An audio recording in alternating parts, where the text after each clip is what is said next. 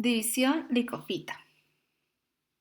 Dentro de las licofitas vamos a reconocer tres familias. Una es las Selaginelaceae, Isoetaceae y Lycopodiaceae. Son únicamente tres familias dentro de este grupo, con representantes dentro de cada uno de ellos o géneros que son las selaginelas, el isoetes y los licopodios.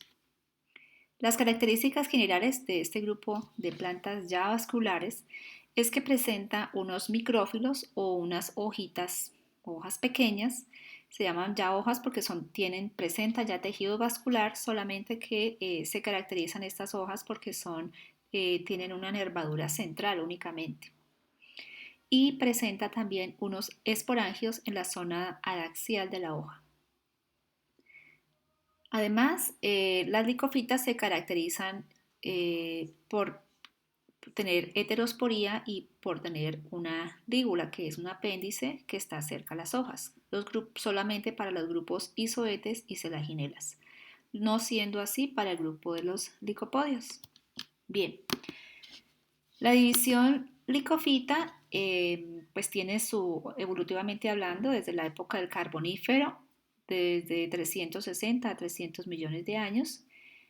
Y por aquel entonces, pues los continentes principales se unieron en una enorme masa de tierra denominada Pangea, y las plantas gimnospermas apenas habían comenzado a evolucionar, y las plantas con flores no surgirían sino hasta unos 200 años aproximadamente después.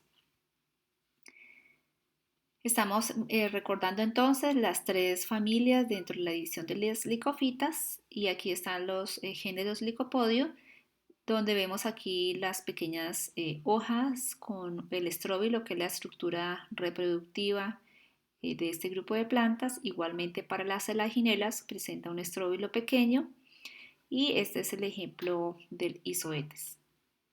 Hablando un poco de los tejidos o estructura interna de este grupo de plantas, si hacemos un corte transversal del tallo de estas plantas, vamos a encontrar un tejido vascular central donde se encuentra xilema y floema. Vamos a encontrar una corteza y vamos a encontrar una epidermis. Dentro del tejido vascular, entonces vamos a encontrar obviamente el xilema y el floema, pero el xilema va a ser de tipo exarco, quiere decir que se va a originar desde la parte superficial hacia la parte centrípeta, o sea, su origen va a ser desde la parte superficial a la parte central. Entonces vamos a tener el protoxilema, que es el que va a dar origen al metaxilema, y alrededor de ese tejido vamos a encontrar el tejido del floema. Si hiciéramos un diagrama del tejido vascular, entonces podemos encontrar que ese tejido vascular se conecta con la nervadura de las hojas. Hablemos un poquito del ciclo de vida de ese tipo de plantas, y para ello vamos a colocar el ejemplo de una selaginela. Entonces partimos aquí de la selaginela. Esta selaginela pues tiene su tallo, sus raíces adventicias, sus micrófilos, ya son hojas, y el estróbilo, que es la parte reproductiva. En este estróbilo entonces vamos a encontrar unos megasporangios, que son los que van a dar origen a las megasporas, y unas microsporas dentro de los microsporangios, que van a originar obviamente los espermatozoides. Entonces, por eso se llaman organismos heterospóricos, porque van a originar dos tipos diferentes de esporas: una megaspora, que va a originar el gameto femenino, y una microspora, que va a originar el gameto masculino. Entonces, siguiendo este orden de ideas, llegamos con las megasporas, y esta megaspora va a originar entonces una ovocélula, y esta ovocélula va a ser fecundada por uno de los espermatozoides originados por el microgametofito.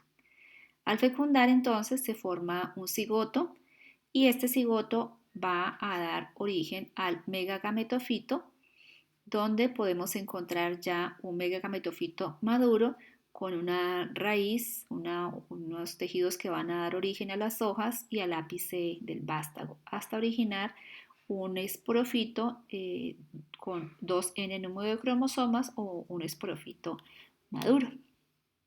Bien, ese es el ciclo de vida de este grupo de plantas. Dijimos entonces que estaba la familia de las licopodiáceas, donde están entonces los licopodios. Este es un tipo de licopodio.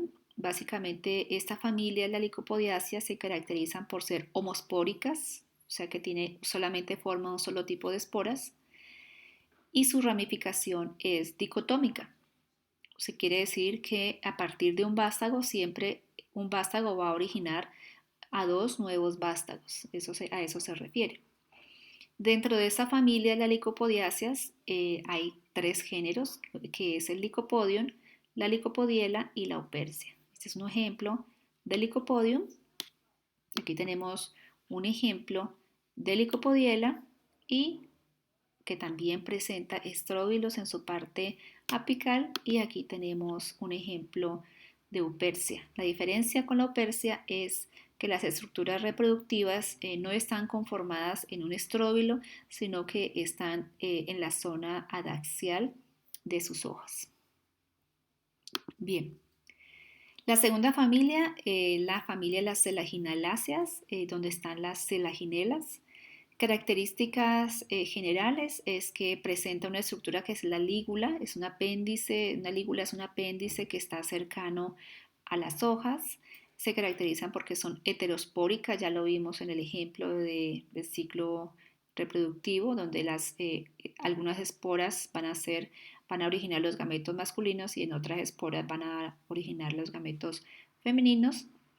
Sus esporangios están en unos estróbilos que están en la zona más apical de la hoja y se encuentran aproximadamente unas 750 especies de esta familia de plantas, con un solo representante o un género que es el género Selaginella. Y la última familia de las licofitas, que es la familia Isoetácea, donde hay un solo género que es el Isoetes. Estas plantas se caracterizan porque sus hojas tienen forma de espiral, presentan unos huecos dentro de las hojas, son cámaras de aire, también presentan crecimiento secundario, son heterospóricos y aproximadamente son unas 150 especies de este grupo de plantas.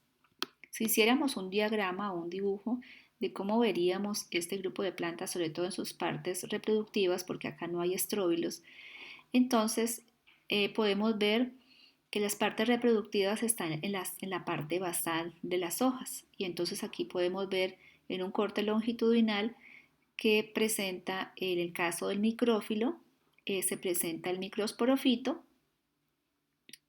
y en el otro micrófilo podemos ver el megasporofito. El microsporofito pues entonces va a formar las microsporas, que son las que van a dar origen a los espermatozoides, y en el megagasporofito se van a formar las megasporas, que son los que van a originar a los óvulos, y el ciclo es exactamente el mismo. Aquí vemos entonces un ejemplo también de un isoetes que representa este grupo de plantas. Entonces aquí terminamos lo que es la división licofita y vamos a pasar a lo que es la división monilofita.